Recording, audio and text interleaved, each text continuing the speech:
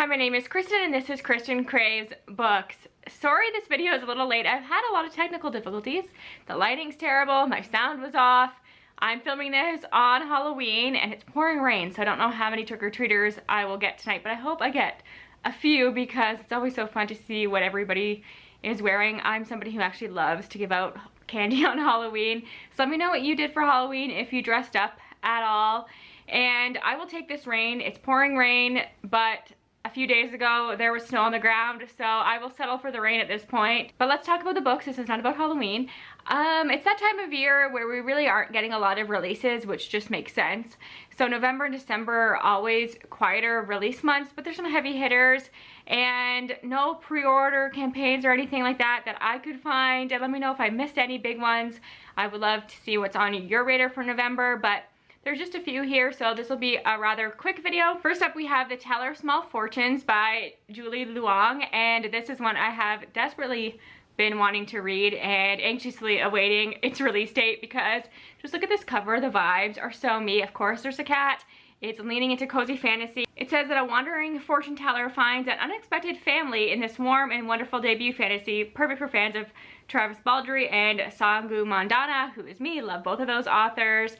And the found family trope is one of my favorite tropes of all time, and I think that is part of why I love cozy fantasy as much as I do, because you really tend to get that trope. It's like somebody moving to a small town, or in this case, a fortune teller. I'm sure she's traveling and you meet different characters along the way who become family. I just love that. We're following Tao, and it says a small fortune unexpectedly becomes something more when a semi-reformed thief and an ex-mercenary recruit her into the desperate search for a lost child. Soon they're joined by a baker with a need, K-N-E-A-D, of course, for adventure, and of course a slightly magical cat. So that just looks like a ragtag crew of misfits that I'm absolutely going to adore. So that is it for November 5th. So moving on to November 12th, I have The Courting of Bristol, Keat, and this is by Mary E. Pearson, who I know was really popular. I can picture, is it Dance of Thieves? I can picture her books, and they've had special editions and everything, but this one really caught my eye. Another thing that I tend to like are snakes on the cover. I don't know why. It says, after losing both of their parents, Bristol, Keats, and her sister struggle to stay afloat in their small, quiet town of Bowskeep. When Bristol begins to receive letters from an aunt she's never heard of who promises she can help, she reluctantly agrees to meet and discovers that everything she thought she knew about her family is a lie. Even her father might still be alive, not killed, but kidnapped by a terrifying creature to a whole other realm, the one he is from. Intrigued by that alone. I love books that have different realms and some family secrets, so that sounds really good. This cover caught my eye for this next one. It's called Dead Girls Don't Dream by Nino Capri, and the tagline says, the forest never stays hungry for long. Another trope I love is anything that is horror that has to do with a haunted woods or the forest, where the forest comes alive and is kind of sentient itself.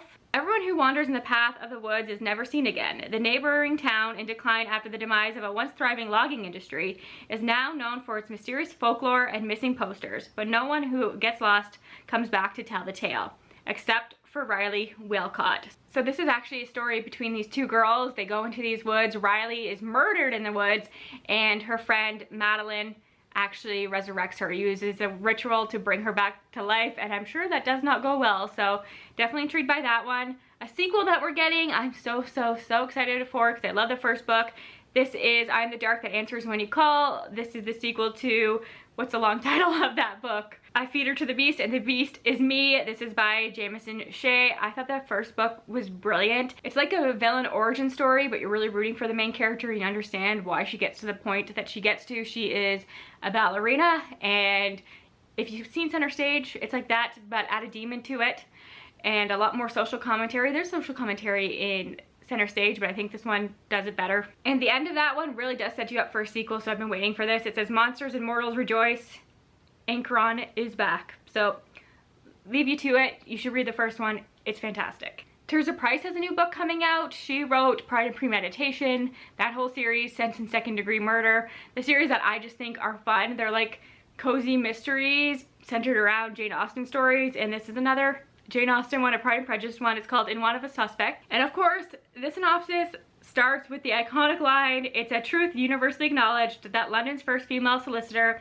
in possession of the details of a deadly crime must be in want of a suspect. So this seems to be a spin-off of Pride and Premeditation, because in that book you see Lizzie and Mr. Darcy come together and she becomes a solicitor and they end up working together in the end. So this must just be them having this agency and solving crimes together. So I think that's actually genius of her, because I loved the dynamic that she set up between those two, and they really do feel like the original characters, just in a different situation. So curious to see what she does, and I hope that we get more in that series as well. Okay, one that I've been waiting for years, and I think a lot of you have as well, is The Lotus Empire by Tasha Suri. This is the third book in her series, the first one being The Jasmine Throne, which I read when it came out, absolutely loved. Meant to continue on with the sequel, then I decided to wait until the release date of the third one, and it's the final book, but that kept getting pushed back.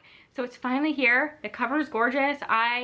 One of my plans for November, I don't know that I'm putting out a November TBR. I think I'm gonna make a video of just all the books I want to read from now until the end of the year, and that series is high priority for me in November. I'm gonna reread the Jasmine Throne, finally read the second book, and then read the finale. Maybe I'll vlog it. I make promises to vlog all the time and I never do it, so don't hold me to that one.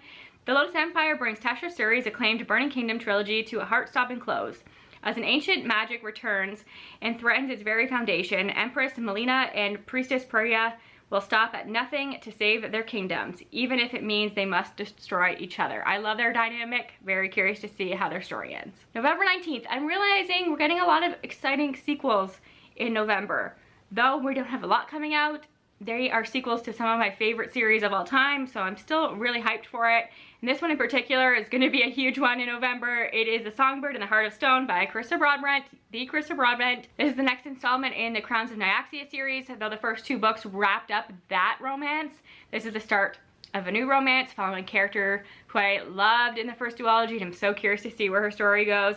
I'm not going to read you the synopsis at all because I just read through it and it spoils everything that happened in the first two books, and you desperately need to read the Crowns of Nyaxia series. If you like fantasy romance, if you're into vampires at all, you have to read that. If you like competitions, it lives up to the hype. I'm struggling with romantasy, trying to find what I love and what I don't, but that's up there at the top.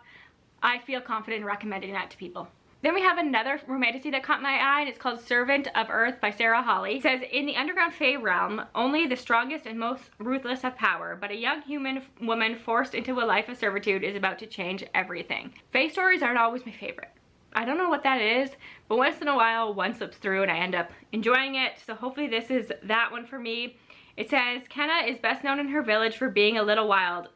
Some say half feral, but she'll need every ounce of that ferocity to survive captivity in the cruel Fae court. So humans in a Fae court, that's a pretty popular trope.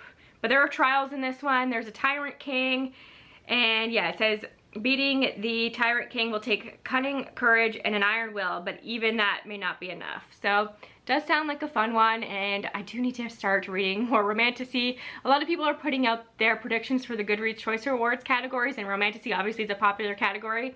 And I think that I've read a lot, and then I watch those videos and I'm like, you've read barely any. You need to get on it. I don't think I'm going to be very good at the Goodreads the Choice Awards this year. Normally I have something to vote for in every category, but I don't think I've been reading as diversely in terms of genre this year as I usually do. And one of my goals in 2023 was to do that. But honestly, the last few months I haven't been reading as much as I would like, just a lot going on. But we're getting back into it. Things slow down in the winter, so hopefully I can sneak a couple in before the end of the year. We'll see. Another sequel that I'm really looking forward to, and this is a contemporary romance. This is A Legend in the Baking by Jamie Wesley, and the first book in this series, what was it called? I'm so bad at this. I'm so bad at remembering titles, even though the first book is one of my favorites, and it's a foodie romance. And as you can see, I am currently on Goodreads trying to find the title of the first book. Fake it till you bake it. I knew that. Okay, so this is a series that follows these athletes. They are all on the same football team, and they opened a bakery together, which I think is so sweet. So in the first book, you're following this couple who have a terrible first meeting and then they have to fake date because it's just beneficial for the two of them. She was like a Bachelorette contestant that rejected the guy at the altar when he proposed, and everybody hates her, so it's good for her reputation to date this football player, and he has his own reasons. It was just really fun. And as I was reading that book, you got snippets of the other guys, the co-owners of this bakery, and I was praying that we would get their stories because they seem so sweet and fun, and we're getting that. So after accidentally going viral on social media, a cupcake baking football player gets assistance from a social media maven and his best friend's little sister to help promote his new bakery. So it's got that trope as well, like brother's best friend trope. And I remember really liking this August, is his name. I remember really liking what we saw of him in book 1, and I just like the whole idea of this entire series, and I just need some fun light contemporaries in my life. So that is it. Those are all the books that are on my radar for November. I know there are a ton more. Let me know which ones you are most excited to read. Let me know if you know any for December so I can kind of steal those ideas from you, because I think I have 2 books coming out in December right now, so that'll be a very, very short video if it stays that way. And yeah, I hope you have a great November. I'll talk to y'all soon. Bye for now.